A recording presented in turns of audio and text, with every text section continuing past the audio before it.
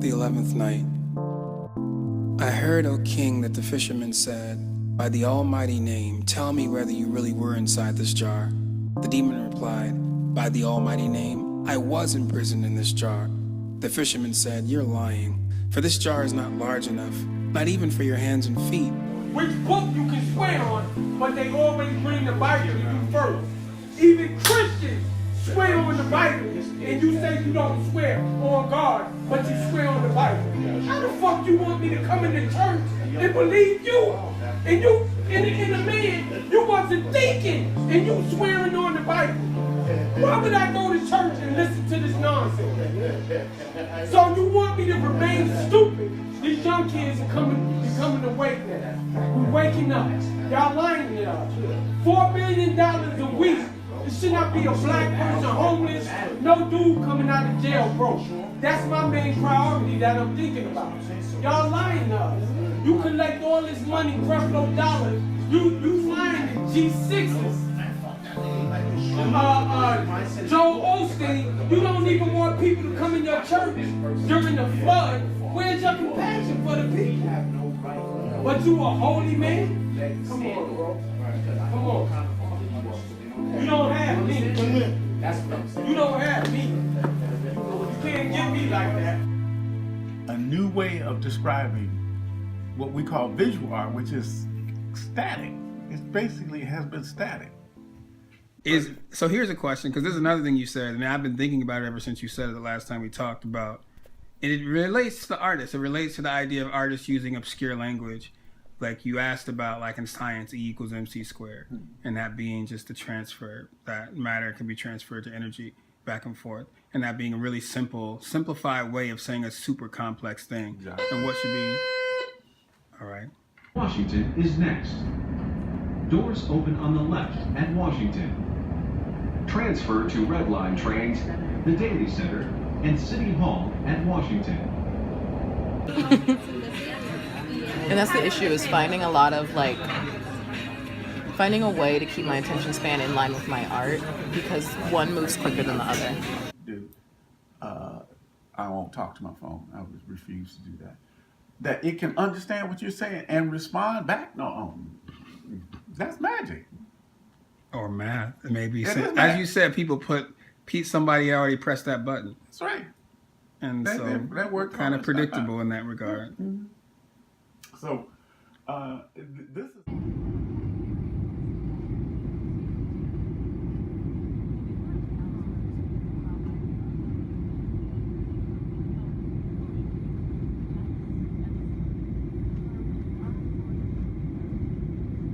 The demon shook himself and turned into smoke, which rose, stretched over the sea, spread over the land, then gathered, and little by little began to enter the jar. When the smoke disappeared completely, the demon shouted from within, "Fisherman, here I am in the jar. Do you believe me now?"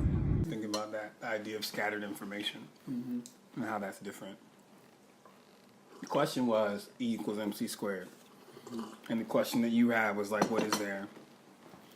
Is there a parallel for that? What is an artist? What is an artist? What is an artist? I don't know what art is or isn't, or what artists are or are not. I know, though, that I am an artist. I also know that all of the things that I do that are supposed to be art are only documents of art.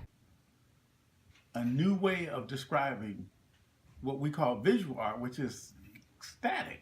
It basically has been static. Then I'm like, no, that's a stretch. Don't we have to stretch to grow? I agree. We have to stretch, but to stretch, to put something that we already have a clear definition of into another area, just I'm like, why? You know, why would we do that when we already have that? Is it to just allow somebody to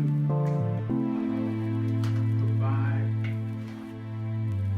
in my mind, sort of a shortcut to When the demon heard what the fisherman said and found himself imprisoned, he tried to get out but couldn't, for he was prevented by the seal of Solomon, the son of David. Realizing that the fisherman had tricked him, the demon said, "Fisherman, don't do this to me. I was only joking with you." The fisherman replied, "You're lying, you the dirtiest and meanest of demons," and began to roll the jar toward the sea. The demon shouted, "Don't, don't!" But the fisherman replied, "Yes, yes." Then in a soft and submissive voice, the demon asked, "Fisherman, what do you intend to do?" The fisherman replied, "I intend to throw you into the sea. The first time you stayed there for 800 years. This time I'll let you stay until doomsday. Haven't I said to you, spare me and God will spare you, destroy me and God will destroy you? But you refused and persisted in your resolve to do me in and kill me. Now it's my turn to do you in." The demon said, "Fisherman, if you open the jar, I will reward you and make you rich." The fisherman replied, "Or should there be a parallel for that? Or how do you get to the parallel for that?" I'm like, all right. And I think that when I thought about the answer to that question, I think the answer is parable.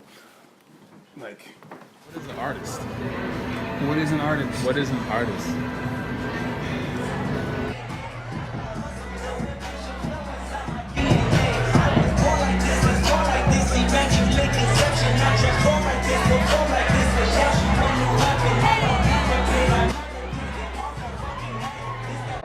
Pick up your prescription at the nearest pharmacy and see you in 6 months, if you're not dead. The demon asked, "What is their story?" The fisherman said, "Demon, there was once a king called Yunnan, who reigned in one of the cities of Persia in the province of Zuman. This king was afflicted with leprosy, which had defied the physicians and the sages who, for all the medicines they gave him to drink and all the ointments they applied, were unable to cure him. One day there came to the city of King Yunnan a sage called Duban.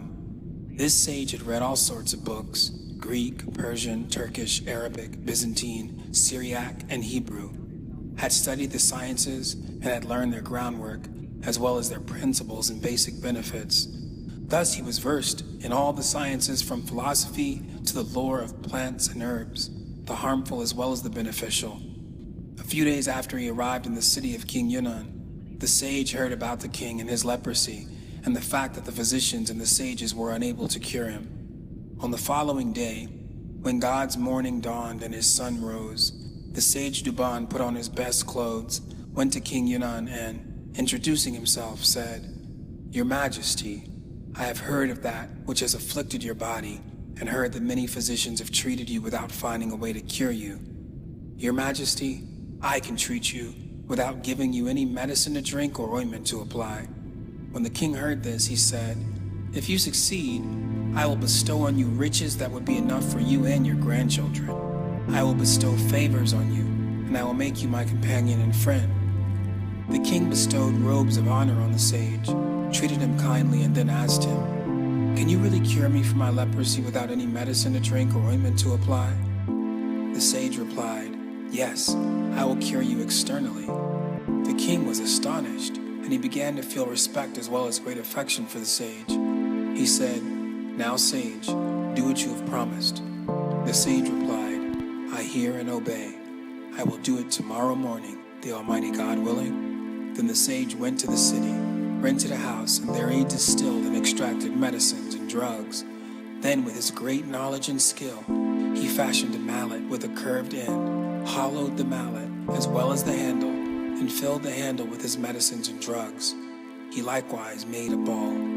When he had perfected and prepared everything, he went on the following day to King Yunnan and kissed the ground before him. But morning overtook Shahrazad, and she lapsed into silence. Then her sister Dinarzad said, "What a lovely story." Shahrazad replied, "You have heard nothing yet. Tomorrow night I shall tell you something stranger and more amazing, if the king spares me and lets me live."